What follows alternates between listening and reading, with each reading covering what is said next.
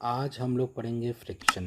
Okay, friction friction क्या होता है? तो घर्षण घर्षण। ओके, फ्रिक्शन को सबसे पहले हम लोग क्या करते हैं, डिस्क्राइब कर लेते हैं कि ये बोलता क्या है, उसके बाद हम इसको समझेंगे। ओके, तो मैं यहाँ पे लिख रहा हूँ कि फ्रिक्शन क्या एक फोर्स है, तो लिख देते हैं it is a force which opposes relative motion between two bodies in contact। Okay, इसका मतलब क्या हुआ? इसका मतलब हमें ये पता चला, जब कोई भी दो बॉडी एक दूसरे के कांटेक्ट में होगा और जब कभी भी उस दोनों बॉडी का रिलेटिव मोशन होगा एक के रिस्पेक्ट में दूसरे का, तो वहाँ पे एक फ्रिक्शनल फोर्स प्रोड्यूस होगा जो कि उस रिलेटिव मोशन को वो अपोज करेगा। Okay, yes, okay okay. अब हम लोग समझते हैं कि फ्रिक्शन जो है वो कितने टाइप से समझेंगे, और इसमें हमने जो भी चीज़ यूज़ किया है कि relative motion between two bodies, उसके बारे में भी हम लोग समझेंगे। तो पहले हम लोग समझ लेते हैं टाइप्स ऑफ फ्रिक्शन। ओके, तो types of friction, type of friction. तो जनरली हम लोग क्या करेंगे, दो टाइप के फ्रिक्शन को समझेंगे। एक होगा स्टैटिक फ्रिक्शन। क्या होगा? Static friction. Okay, static friction. और एक होगा आपका काइनेटिक फ्रिक्शन। क्या होगा? Kinetic friction. ओके, ठीक है भैया, इतना बात समझ में आ रही है। स्टैटिक फ्रिक्शन हो गया, काइनेटिक फ्रिक्शन हो गया। तो अब हमको समझना है कि ये स्टैटिक फ्रिक्शन है क्या और काइनेटिक फ्रिक्शन है क्या। तो हम सीधे शब्दों में पहले समझ लेते हैं, उसके बाद हम इसको बहुत अच्छे तरीके से क्या करेंगे, हम लोग समझेंगे कि कैसे इसमें क्वेश्चन को हम लोग आगे बनाएं। तो स्टैटिक फ्रिक्शन क्या होता है ये हम लोग लिखते हैं सबसे पहले, ठीक है। तो इसमें हम लोग लिख सकते हैं कि when body is at rest,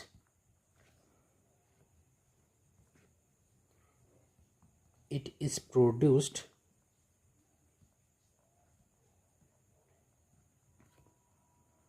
against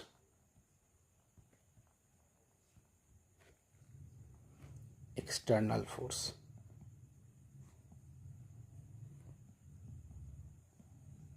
okay, हमने क्या लिखा कि जब बॉडी रेस्ट में रहेगा तब क्या होगा, ये प्रोड्यूस होता है किसके अगेंस्ट में?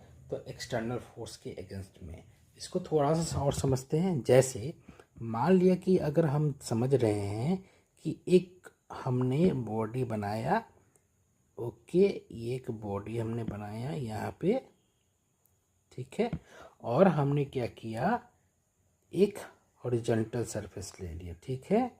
ये हॉरिजॉन्टल सरफेस है जिसके ऊपर क्या किया, हमने एक ब्लॉक को रखा है। हमने क्या किया, एक ब्लॉक को रखा है, ठीक है भैया।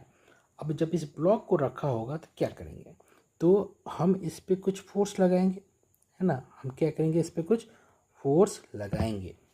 अब जब ये फोर्स लगा रहे, पहले बॉडी क्या है, रेस्ट पे है ना, पहले बॉडी क्या है, रेस्ट में। अब रेस्ट में फोर्स लगाना है, ऑब्वियसली जब फोर्स लगाते हैं तो ऐसा तो नहीं होता है कि हम एकाएक फोर्स लगाते हैं, हम धीरे धीरे फोर्स लगाते हैं। ओके, अब मान लेते हैं कि ये टेबल है या फिर एक बॉक्स जो अभी हमने समझा है। तो जब हम इसमें फोर्स लगा रहे हैं धीरे धीरे, तो क्या ये ज़रूरी है कि ये बॉक्स मूव कर ही जाएगा? एज फॉर एग्जाम्पल, मान लो कि रूम में टेबल होता है, उसको हमने क्या करते हैं, धीरे धीरे खींचते हैं। तो पहले धीरे धीरे खींचते हैं तो क्या होगा, फोर्स तो हमने लगा देते हैं लेकिन वो बॉडी मूव नहीं करता है, है ना। तो मूव नहीं करने का मतलब ये है कि ऐसा तो है नहीं कि हमने फोर्स लगाया नहीं, फोर्स लगाया उसके बावजूद भी वो बॉडी मूव नहीं किया। इसका मतलब ये है कि उस बॉडी पे एक और फोर्स लग रहा है जो हमारे फोर्स को बैलेंस कर रहा होगा, हमारे फोर्स को बैलेंस कर रहा होगा। तो अब भैया देखो कि हमने जो फोर्स लगाया, हमने हमने हॉरिजॉन्टल डायरेक्शन में फोर्स लगाया और फिर भी ये बॉडी मूव नहीं कर रहा। इसका मतलब क्या है कि ये एक हॉरिजॉन्टल फोर्स में ही हमारे फोर्स के बराबर एक और फोर्स लगने लग जा रहा है। वो ऑटोमेटिकली लगने जा रहा है। कैसे? तो सरफेस के नेचर के कारण। इसका मतलब ये है कि सरफेस जो हो रहा होगा इस ब्लॉक को मूव नहीं करने दे रहा होगा। और ये कब नहीं करने देगा? जब सरफेस क्या होगा, इस ब्लॉक पे भी सेम अमाउंट ऑफ फोर्स लगा देगा जितना हमने एक्सटर्नल फोर्स के फॉर्म में इसको दिया था। इसका मतलब ये हो गया कि पीछे से अगर मैं इसको अलग से दिखाऊं, मान लो कि ये मेरा एक ब्लॉक है, हमने क्या किया, इधर हमने एफ एक्सटर्नल तो दे दिया, उसके बावजूद भी ऐसा पॉसिबिलिटी है जिसमें यह मूव नहीं करेगा। इसका मतलब सेम ही फोर्स क्या होगा, पीछे के डायरेक्शन में लग जाता है। और ये फोर्स कौन लगाता है बच्चों? ये फोर्स लगाता है कॉन्टैक्ट सरफेस। यानी यहाँ पे क्या है, ये जो सरफेस है, ये सरफेस इस ब्लॉक पे फोर्स लगा दिया। ओके, तब जाके हम लोग बोलते हैं कि एफ नेट जो हो जाएगा मेरा, वो हो जाएगा एफ माइनस एफ आर। और ये इफेक्टिव नहीं है। इसका मतलब नेट फोर्स मेरा क्या हो गया? 0 हो गया। ओके, तो क्या हुआ इस कंडीशन में, मेरा एफ आर जो हो गया वो एफ के बराबर हो गया। एफ क्या है? तो ये एक्सटर्नल फोर्स है और ये एफ आर क्या है? तो यही एफ आर को हम लोग बोलते हैं फ्रिक्शनल फोर्स। क्या बोलते हैं? फ्रिक्शनल फोर्स, जो कि बराबर हो गया है एक्सटर्नल फोर्स के, जो कि बराबर हो गया है एक्सटर्नल फोर्स के। ओके, अब इसमें एक और समझनी है यही बात कि रेस्ट में है, ये भी बॉडी रेस्ट में ही है, ये बॉडी अभी मूव किया नहीं है। ठीक है ना। तो अभी हमने क्या समझा, एक तरीके से हमने फ्रिक्शन के कंसेप्ट को समझा है कि जब बॉडी रेस्ट पे रहेगा और उस बॉडी पे एक एक्स्ट्रा फोर्स लग जाएगा, उसके बावजूद अगर बॉडी मूव नहीं करता है, इसका मतलब हमको ये समझना होता है कि उस बॉडी पे एक एक्स्ट्रा फोर्स और लगने लगा है जो कि फ्रिक्शनल फोर्स के फॉर्म में हुआ होगा। और वो कौन लगाएगा? तो वो बॉडी जिस सरफेस से कांटेक्ट में रहेगा तो वही सरफेस क्या करेगा, उसको एक फ्रिक्शनल फोर्स प्रोवाइड कर देगा जो कि एक्सटर्नल फोर्स के बराबर होगा। ओके, इसका मतलब हम इसको एक और लाइन में कंक्लूड कर सकते हैं कि फ्रिक्शनल फोर्स, यहाँ पे कौन सा केस का बात कर रहे हैं? स्टैटिक का। मतलब रेस्ट में जब बॉडी रहेगा और फोर्स लगेगा, उसके अपोजिट डायरेक्शन में जो काम होगा उसके लिए। ठीक है, तो हम लोग बोल सकते हैं कि ये जो स्टैटिक फ्रिक्शन है, स्टैटिक फ्रिक्शन जो है is self adjusting force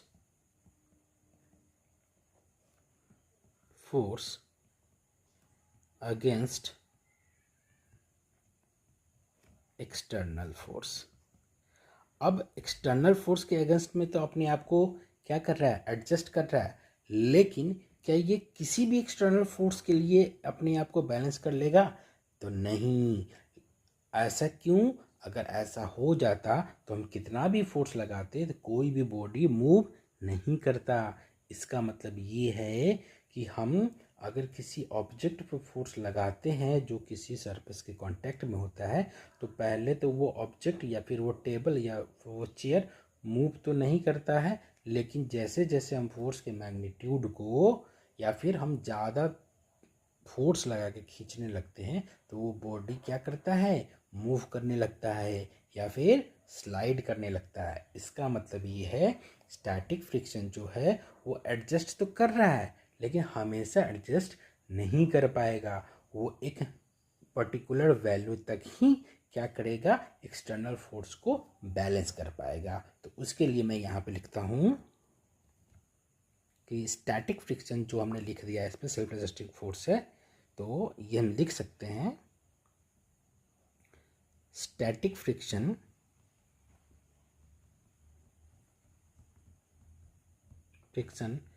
can have a value in between 0 to maximum static friction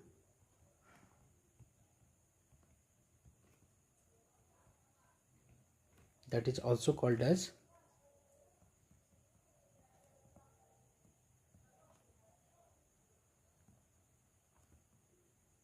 limiting friction।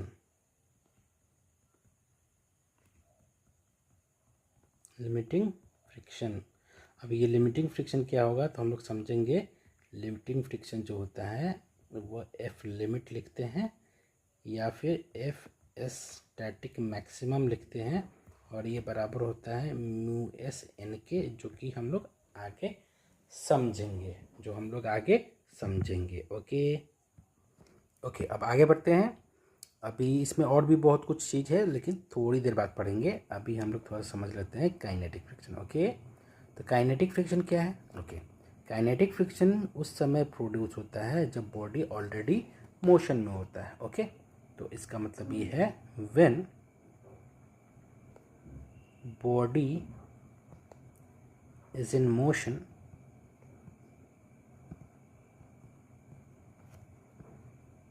then kinetic friction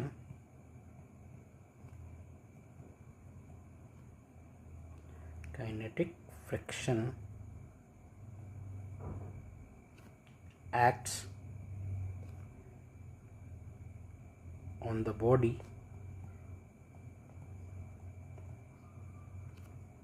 to oppose its motion। ठीक है, या फिर हम ऐसा बोले तो इट्स रिलेटिव मोशन ज़्यादा अच्छा रहेगा।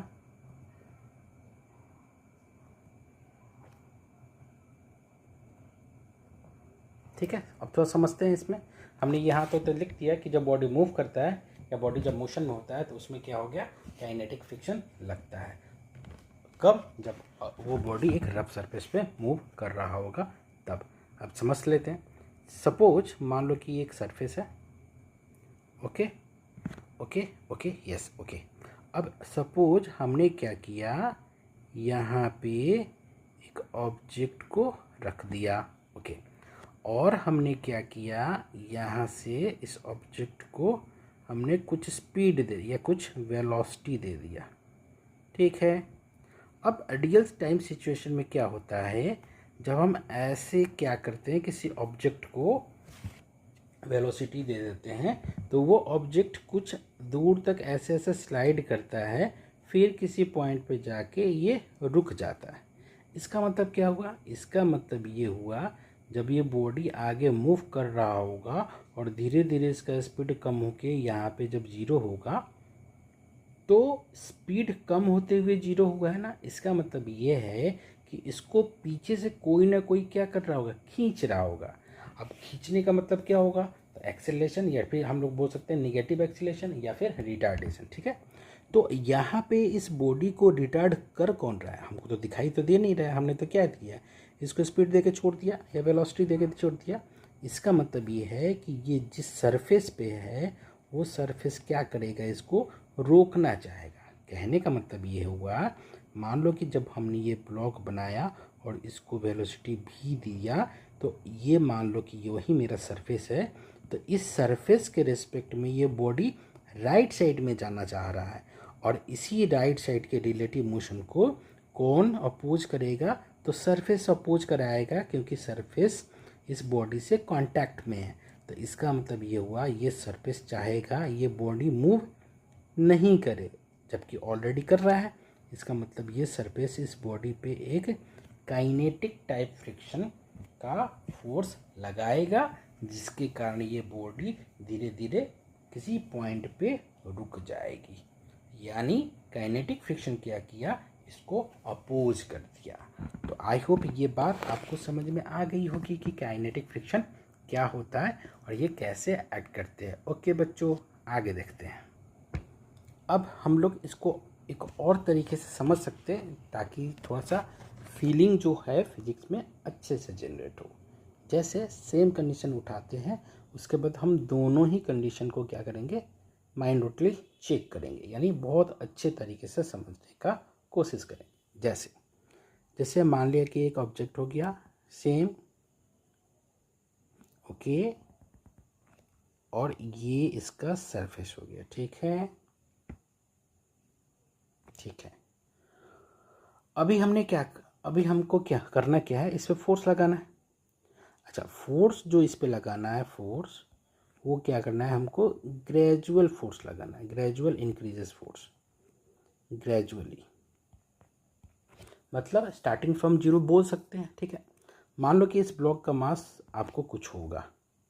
अब सेम सिचुएशन में जो जैसे हमने पिछले अभी डिस्क्राइब किया है, क्या डिस्क्राइब किया है बच्चों, तो हमने देखा है कि मान लो कि एक जैसे कि कंडीशन है, अब इस कंडीशन में हम इस ऑब्जेक्ट को खींचना चाहेंगे पहले, तो ऐसा पॉसिबिलिटी है कि ये ब्लॉक जो होगा वो मूव नहीं करेगा। ओके, समझते हैं, हो सकता है कि ये ब्लॉक मूव नहीं करे। उसके बाद क्या होगा कि हमको फोर्स को बढ़ाना पड़ेगा, तो फोर्स बढ़ाते रहेंगे, हो सकता है तब भी क्या होगा, ब्लॉक मूव नहीं करे। तो कोई पर्टिकुलर वैल्यू के फोर्स को क्रॉस करने के बाद ही, यानी अगर हम फोर्स के वैल्यू को धीरे धीरे बढ़ाते जाते हैं तो एक ऐसा वैल्यू तब मिलेगा जहाँ से क्या होगा, ये बॉडी जो होगा वो मूव करना स्टार्ट कर देगा। तो मान लो कि ऐसा हमको फोर्स मिल चुका है और वहीं हमने एक्सटर्नल फोर्स में लगा दिया है, तो ये धीरे बॉडी क्या होगा, धीरे धीरे धीरे धीरे धीरे धीरे धीरे स्लाइड करना स्टार्ट करेगा। अब ये जब स्लाइड करना स्टार्ट करेगा, इसका मतलब क्या होगा, ये जो स्लाइडिंग टेंडेंसी राइट डायरेक्शन में है, इसका मतलब ये है कि ये नीचे जो ग्राउंड सरफेस है इसके रिस्पेक्ट में वो किधर जाना चाहेगा, तो राइट साइड में जाना चाहेगा। इसका मतलब इस एफ एक्सटर्नल फोर्स के अपोजिट डायरेक्शन पे इस पे एक रिलेटिव मोशन के कारण एक काइनेटिक टाइप का फ्रिक्शन लग जाएगा। लेकिन उसके पहले जब ये बॉडी मूव नहीं कर रहा था, हमने फोर्स भी लगाया था, उस समय जो फ्रिक्शन लग रहा होगा वो स्टैटिक नेचर का लग रहा होगा, ठीक है। ओके, मान लेते हैं, let us consider block just starts its motion when external force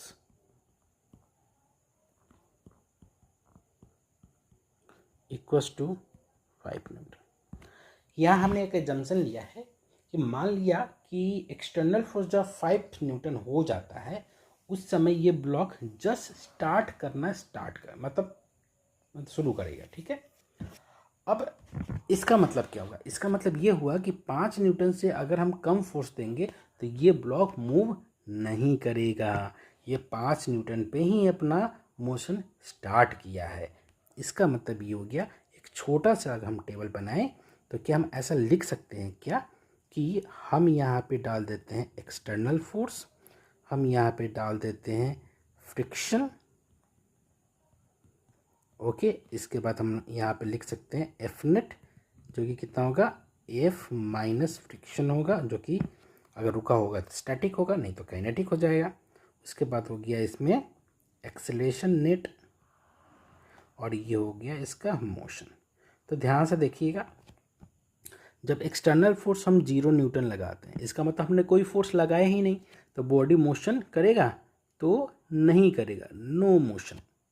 तो जब बॉडी कोई मोशन कर ही नहीं रहा है और पहले से बॉडी रेस्ट में है क्योंकि हमने 0 न्यूटन का फोर्स लगाया है, तो एक्सीलरेशन भी क्या हो जाएगा, 0। और एक्सीलरेशन 0 होने का मतलब ये है कि एफ नेट भी क्या हो जाना है, 0 लगेगा।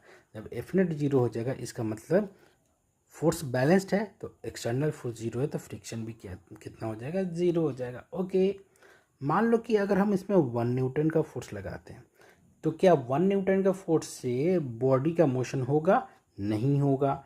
जब बॉडी का मोशन नहीं होगा तो इसमें एक्सीलरेशन भी कुछ प्रोड्यूस नहीं होगा, मतलब 1 न्यूटन ये कैपेबल फोर्स नहीं है। इसका मतलब कैपेबल फोर्स नहीं है, तो जब एक्सटर्नल फोर्स 1 न्यूटन लगा होगा तो उसको बैलेंस करने के लिए फ्रिक्शन भी क्या हो रहा होगा, 1 न्यूटन हो रहा होगा। और इस केस में एफ नेट कितना हो जाएगा, वो भी जीरो हो जाएगा। वैसे ही अगर हम कंडीशन में बात करें 2 न्यूटन का फोर्स लगा देंगे, सेम नहीं मूव करेगा, 2 न्यूटन में भी मूव नहीं करेगा, एफ नेट इसमें भी जीरो हो जाएगा, एक्सेलरेशन इसमें भी जीरो हो जाएगा, इसमें भी कोई भी मोशन नहीं होगा। अच्छा, मान लिया कि जो ये कंडीशन हमने 5 न्यूटन का माना है, अगर इतना ही रख देते हैं तो उस समय फ्रिक्शन क्या हो जाएगा, उस समय भी 5 न्यूटन हो जाएगा। क्यों, क्योंकि उस समय एफ नेट भी क्या हो जाएगा। यहाँ पे अब समझने वाली बात ये है कि यहाँ पे 5 न्यूटन पे बॉडी जस्ट स्लाइड करना स्टार्ट किया है, मतलब sliding very just begin to slide, ये स्लाइड करना भी स्टार्ट करेगा ही।